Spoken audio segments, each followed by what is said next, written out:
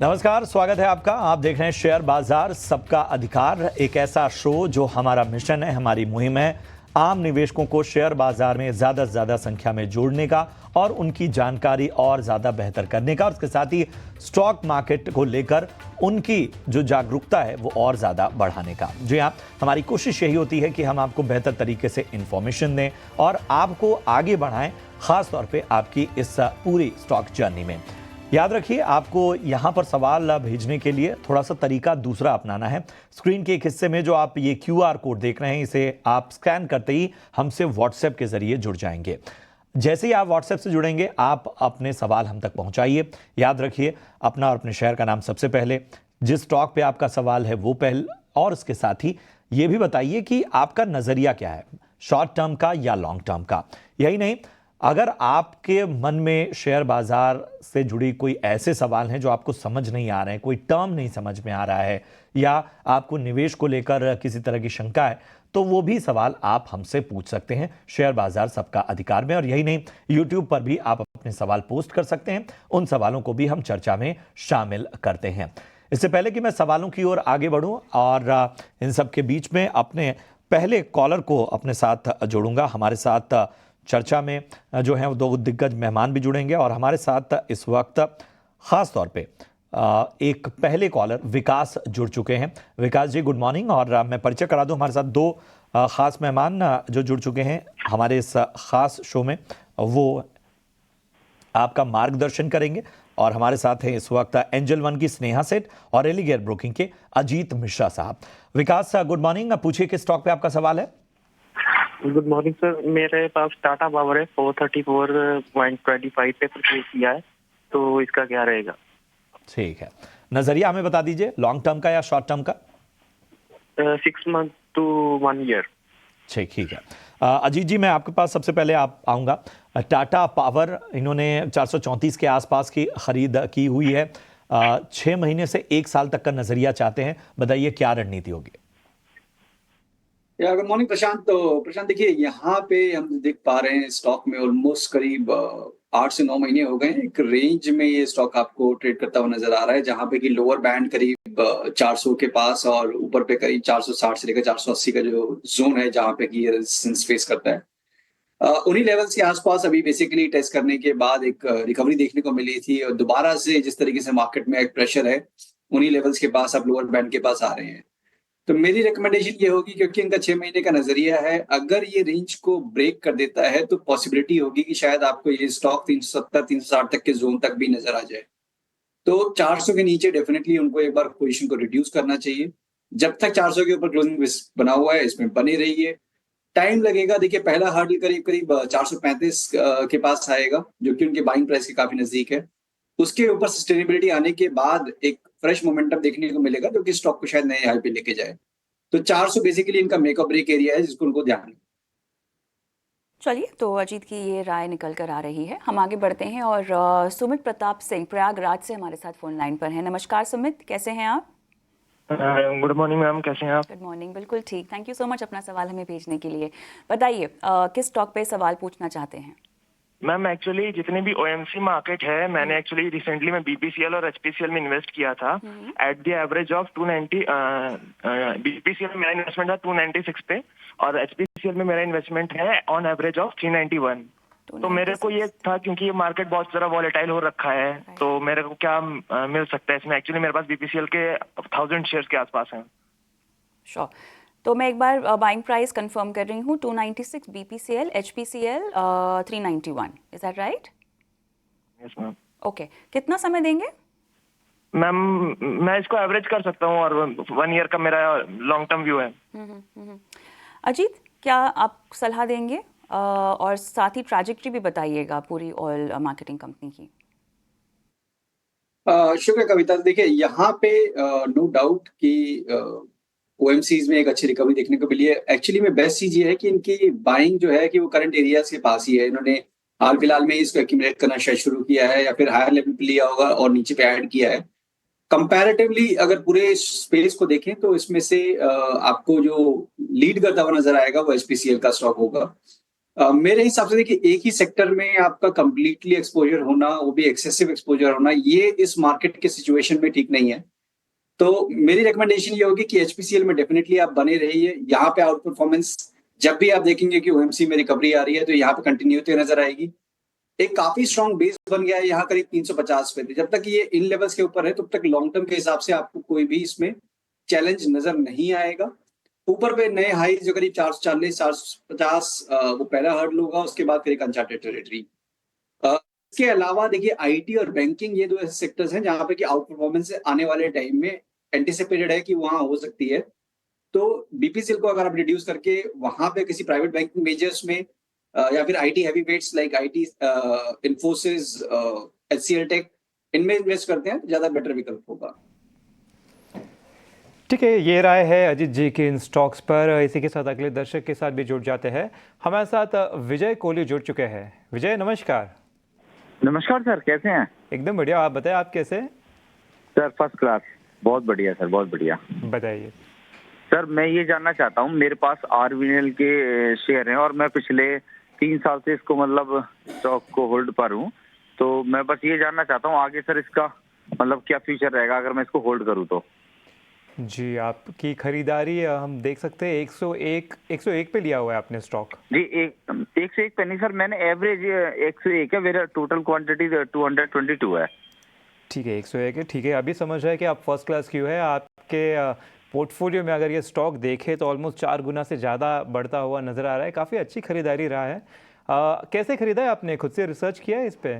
मैंने सर खुद से इसका टेक्निकल एनालिसिस किया था और जब इसका प्राइस 30 रुपीज था, मैं जब से इसको परचेज कर रहा हूँ, कभी मतलब छोटे छोटे शेयर खरीद लिए, कभी 5 खरीद लिए, कभी 10 खरीद लिए, इस तरीके से मेंटेन किया है मैंने इसको। और अभी मैं सीख ही रहा हूँ इस चीज को लेके, तो मैंने कहा चलो मैं एक बार राय लेता हूँ। ईटी नाउ से भी बड़ा अच्छा चैनल लगता है आपका, तो मैंने कहा क्या राय देते हैं सर मुझे, क्योंकि अभी सर ये घट गया था, अभी 500 प्लस भी चला गया था, तो मैंने सेल करूँ क्या करूँ उसको। ठीक है, शुक्रिया और बधाई हो आपको, इतना यहाँ पे गेन होता हुआ नजर आ रहा है। स्नेहा जी, मैं आपके पास आना चाहूँगा इस सवाल के लिए।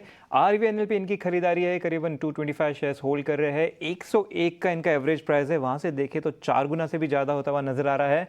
फिलहाल इस साल जो आरवीएनएल में करेक्शन आया था वो 200 डीएमए पर ही एक अच्छा सपोर्ट लेता हुआ भी दिखा था। तो यहाँ पर बताइए क्या किया जाए? जो इनिशियल अमाउंट है उतना निकाल दिया जाए और बाकी ट्रेल किया जाए यहाँ पे?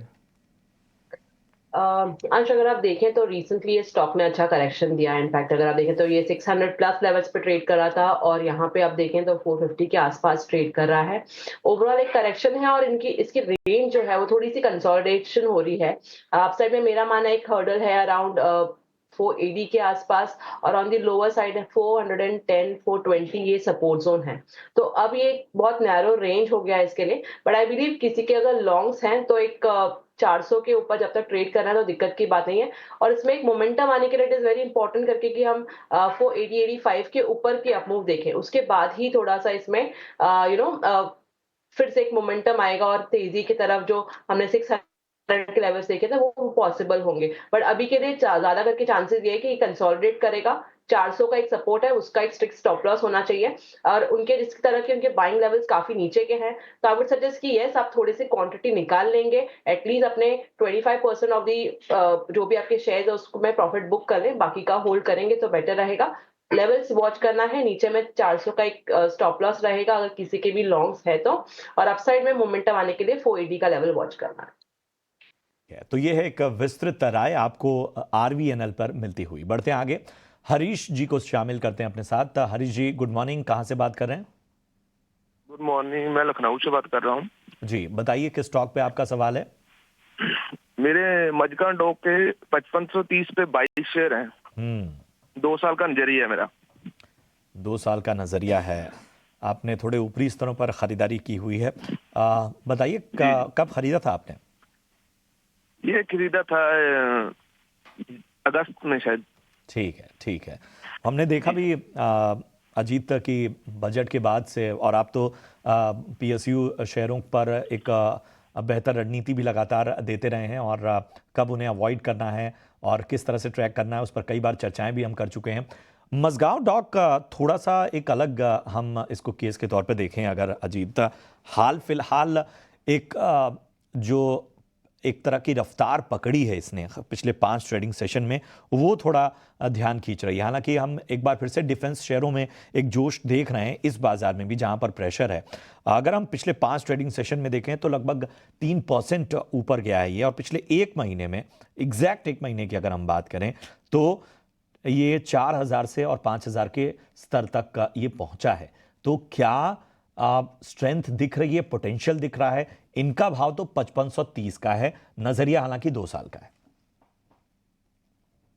प्रशांत देखिए, यहाँ पे जब बीएसई उसकी गिरावट की शुरुआत हुई थी तब हमने बहुत बात की थी इस शो में भी और आपके दूसरे शो में भी कि एक बहुत एक्स्ट्राऑर्डिनरी मूव के बाद एक करेक्टिव टोन आना, एक price wise time wise correction आना लाजमी है, और उस तरीके का correction across the PSU basket including defence में देखा गया। अब जब हम जिस तरीके से देख रहे हैं कि रिकवरी का फेज इन सभी में इनिशिएट हो चुका है, स्टार्ट हुआ था ये HAL BEL में, और उसके बाद फिर ये कोचिन शिपयार्ड, मजगांव डॉक, दूसरे काउंटर्स में भी ये कैस्केट कर रहा है। मेरे हिसाब से यहाँ पे कुछ टाइम के लिए शायद आपको ये कंसोलिडेशन में नजर आए, बिकॉज आप रिकॉर्ड हाई से ज्यादा दूर नहीं है, करीब 5800 के पास आपके रिकॉर्ड हाइज है, और आपने अभी हाल फिलहाल में करीब 5400 तक के लेवल्स टेस्ट कर लिए थे। तो क्योंकि इनका लंबा अवधि का नजरिया है, डेफिनेटली मेरी रिकमेंडेशन होगी बने रहने की। बीच बीच में आपको देखिए ये ध्यान रखना है कि जिस तरीके से इनकी ऑर्डर बुक है और किस तरीके से एग्जीक्यूशन कर पा रहे हैं, इन फैक्टर्स का ध्यान रखिए। बेसिकली आपको ये देखना है कि क्वार्टरली रिजल्ट्स में किस तरह की कमेंट्री आ रही है, ये ज्यादा मेजर फैक्टर्स होंगे आपके लिए, इंस्टेड ऑफ ये शॉर्ट टर्म में आपको जिस तरह की फ्लक्चुएशन दिख रही है। बट बावजूद इसके मेरे हिसाब से अब 4000-3800 का जोन है, वो एक इम्पोर्टेंट सपोर्ट है इस रिकवरी को एक्सटेंड करने के लिए, एक नए हाई तक जाने के लिए। तो एज एक बेंचमार्क आप मान के चलिए कि 3800 को आप ध्यान रखिएगा, जस्ट इन केस अगर वो लेवल टूट रहा होगा तो कहीं ना कहीं कुछ प्रॉब्लम्स जरूर हो सकती हैं स्टॉक में। 3800 का स्तर साफ तौर पर आपको ध्यान में रखना है, वहां से नीचे आता है तो एक बार फिर रिव्यू कीजिए, और फिलहाल बने रहने की सलाह आपको मिलती हुई। व्हाट्सएप के जरिए सवाल लेते हैं हमारे दर्शक योगेश शर्मा का। स्नेहा NHPC लिया हुआ है और इनकी बाइंग प्राइस 7258 है। कितना समय आप इनको और रुकने की सलाह देंगी, कितने स्टॉप लॉस पर? कविता, अगर आप देखें तो काउंटर करेक्ट किया है, और अगर आप देखें तो प्रिसाइसली 89 EMA के आसपास ही ये काउंटर आके वहां से थोड़ा सा सेलिंग प्रेशर दिखा रहा है।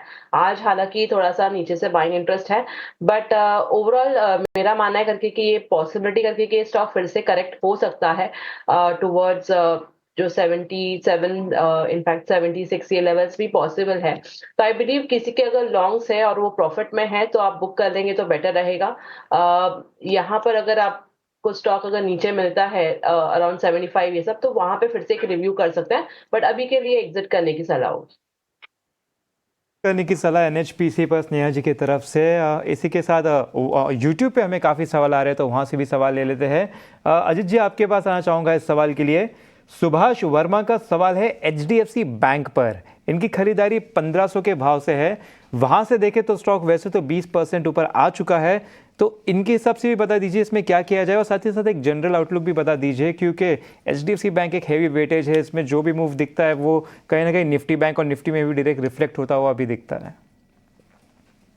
बिल्कुल अंश, देखिए यहाँ पे जिस तरीके से पिछले 2 दिनों में 3 दिनों में बैंकिंग में एक प्रॉफिट टेकिंग का टोन दिखा है, उसकी वजह से अपने HDFC में देखा है करीब 4% के कट, जहाँ पे कि स्टॉक ने अपने रिकॉर्ड हाई से रिट्रेस किया है। बट मुझे लगता है कि टेक्सचर अभी भी पॉजिटिव साइड पे है, वो बना रहेगा जब तक कि आप 1720 के ऊपर है। तो शॉर्ट टर्म नजरिया है तो तब 1720 का आपको स्टॉप लॉस, एक ट्रेलिंग स्टॉप लॉस मेंटेन करना चाहिए लॉन्ग पोजीशन में। अदरवाइज मुझे लगता है कि ऐसा कोई इसमें मेजर कंसर्न नहीं है अगर आप एक इन्वेस्टर हैं तो, बिकॉज काफी लंबा टाइम्स में स्पेंड कर दिया है। जो भी चैलेंजेस थे उन एंड्स पे भी इसमें हम देख रहे हैं कि काफी इंप्रूवमेंट दिख रही है फंडामेंटल फ्रंट पे। तो सारी फैक्टर्स बेसिकली इंडिकेट कर रहे हैं कि ये जो कंसोलिडेशन था या फिर जो अंडर परफॉर्मेंस थी वो अब सबसाइड हो जाएगी, और ग्रेजुअली आपको एक नए हाइस की तरफ स्टॉक आते आने वाले टाइम में नजर आएगा। तो 1950-2000 तक के पोजीशनल टारगेट्स बेसिकली इसमें स्टॉक में देखने को मिल सकते हैं आने वाले टाइम में। तो 1700 के स्टॉप लॉस के साथ डेफिनेटली आपको बने रहना चाहिए। 1700 का स्टॉप लॉस लगाइए और बने रहिए, दिग्गज प्लेयर रहिए, और यहाँ पर आगे आपको बेहतर संकेत नजर आएंगे। पिंटू कुमार का सवाल लेते हैं, व्हाट्सएप पे इन्होंने अपना सवाल हम तक पहुंचाया है। IOC पर राय जानना चाहते हैं, ऊपरी स्तरों की इनकी खरीद है, 166 पर इन्होंने खरीदारी की हुई है, 400 शेयर लिए हुए हैं। स्नेहा, मैं आपके पास आना चाहूँगा। आईओसी की अगर हम बात करें तो आज जो है वो एक इस मार्केट में रफ्तार पकड़ता हुआ नजर आ रहा है कि इनकी बाइंग 166, एक बार फिर से मैं बता देता हूँ। क्या लगता है आपको, क्योंकि कल भी हम जब चर्चा कर रहे थे तो ये एक पोटेंशियल खोजने की कोशिश कर रहे थे कि क्या ऑयल मार्केटिंग कंपनियों का ये करेक्शन एक मौका बन रहा है। बताइए क्या रणनीति रखनी चाहिए। जी, अगर आप देखें काउंटर यस करेक्शन काफी अच्छा दिखाया है और इनफैक्ट अगर आप देखें तो यहाँ पर सेलिंग थोड़ा सा मुझे लग रहा है करके जिस तरह का एक बेस फॉर्मेशन था और 150 का एक सपोर्ट जोन था और जिस तरह से वो ब्रीच हुआ है उसके बाद ये काउंटर में एक पॉजिटिव या एक थोड़ा सा स्टेबल आने के लिए या ये जो सेलिंग प्रेशर दिख रहा है को मिल रहा है ये वाइप ऑफ होने के लिए एटलीस्ट 150 के ऊपर ये स्टॉक जाएगा तब ही जाके हमें इसमें एक तेजी देखने को मिलेगी। अभी के लिए मेरा मानना है किसी के लॉन्ग्स हैं तो 129 130 का एक स्टिक स्टॉप लॉस लगा के होल्ड किया जा सकता है विद द होप्स कि ये एटलीस्ट यहाँ से अगर तेजी कंटिन्यू होती है और अगर अब जो रिसेंटली जो जहां से गिरा था 145 तो 145 फॉलोड बाय 150 ये जोन निकाल देता है तो इसमें एक स्ट्रेंथ आ जाएगा। हालांकि अगर आप स्टॉप लॉस की बात करें तो जैसे कि मैंने आपको बताया कि रीसेंट लोज जो था 129 130 के आसपास ये काउंटर ने सपोर्ट लिया है तो जब तक उसको रेस्पेक्ट कर रहा है तो आप होल्ड कर सकते हैं बट उसको नहीं रेस्पेक्ट करता और उसके नीचे जाता है तो एग्जिट करने की सलाह होगी क्योंकि वहां से अगर स्टॉक करेक्ट होता है तो पॉसिबिलिटी कि थोड़ा सा और डीप करेक्शन आ सकता है। तो अभी के लिए with a stick stop loss of 130 hold करें। अपसाइड जो लेवल वॉच करना है 145 फॉलोड बाय 150। चलिए आगे बढ़ते हैं और YouTube पर एक दर्शक का सवाल हम लेते हैं। धनंजय का सवाल है ये। टाटा टेक्नोलॉजी पर इन्होंने सवाल पूछा हुआ है। अपनी कोई बाइंग प्राइस नहीं बताई है, सिर्फ स्टॉक का नाम डाला हुआ है। निवेश करना चाहते हैं या किया हुआ है अजीत, इसका कोई आइडिया नहीं है, लेकिन न्यू एंट्री और नियर टर्म आउटलुक क्या है आपके मुताबिक? बिल्कुल, देखिए यहाँ पे कविता जो एक बहुत एंटिसिपेटेड आईपीओ था और काफी स्ट्रॉन्ग लिस्टिंग थी, उसके बाद से लगातार यहाँ पे हम देख रहे हैं कि स्टॉक ने जो गिरावट का जो दौर था वो थमता हुआ नजर नहीं आ रहा है। बीच में जरूर एक अटेम्प्ट हुआ था एक रिकवरी का बट वो फेड आउट हो गया। स्टॉक अभी अपने रिकॉर्ड लोस के पास है। तो अभी तो देखिए कोई भी ऐसा साइन नहीं है जो कि इंडिकेट कर रहा हो कि यहाँ से एक रिकवरी और बाउंस। तो आपके पास पोजीशन है, खासतौर से अगर आपने हाल फिलहाल में ली है शॉर्ट टर्म के पॉइंट ऑफ व्यू से कि बहुत गिरा हुआ है, चलिए ले लेते हैं, प्लीज एग्जिट कर लीजिए जब तक कि कोई साइन ऑफ रिवर्सल नहीं बनते हैं या फिर स्टॉक करीब 940 950 के ऊपर नहीं आता है, तब तक कोई बाउंस की भी उम्मीद नहीं है। तो बेटर यही रहेगा कि इससे एग्जिट कर लें और आईटी स्पेस में जैसे हमने बात की कि आईटी मेजर्स में इन्फोसिस, एचसीएल टेक ये बेटर विकल्प है जहाँ पे आप इन्वेस्ट कर सकते हैं। चलिए, तो टाटा टेक पर ये सलाह, और आईटी क्षेत्र में अगर आपको फिलहाल पैसे भी लगाने हैं तो मेन स्ट्रीम स्टॉक्स की ओर आपका रुझान रहना चाहिए। अजीत की सलाह। शो को समाप्त करने का समय हो गया है और ऐसे में डिस्क्लोजर्स चाहेंगे अजीत आपके और स्नेहा आपके। स्नेहा, आप शुरू करें। जो भी काउंटर्स हमने डिस्कस किए थे उसमें से कोई भी काउंटर में मेरी कोई पोजीशन नहीं है पर्सनली, बट यस हमारे क्लाइंट्स के पास हो सकता है, हमने रिकमेंड किए होंगे, but I am not holding any. Ajit? शुक्रिया कविता। तो देखिए जो भी स्टॉक्स हमने डिस्कस किए हैं पर्सनली किसी में भी मेरी पोजीशन नहीं है, बट हमारे क्लाइंट्स के पास पोजीशन हो सकती है। धन्यवाद आप दोनों का, समय निकाला और दर्शकों का मार्गदर्शन किया। और इसी के साथ अब शो को समाप्त करते हैं। मुझे प्रशांत और अंश को भी इजाज़त दे, लेकिन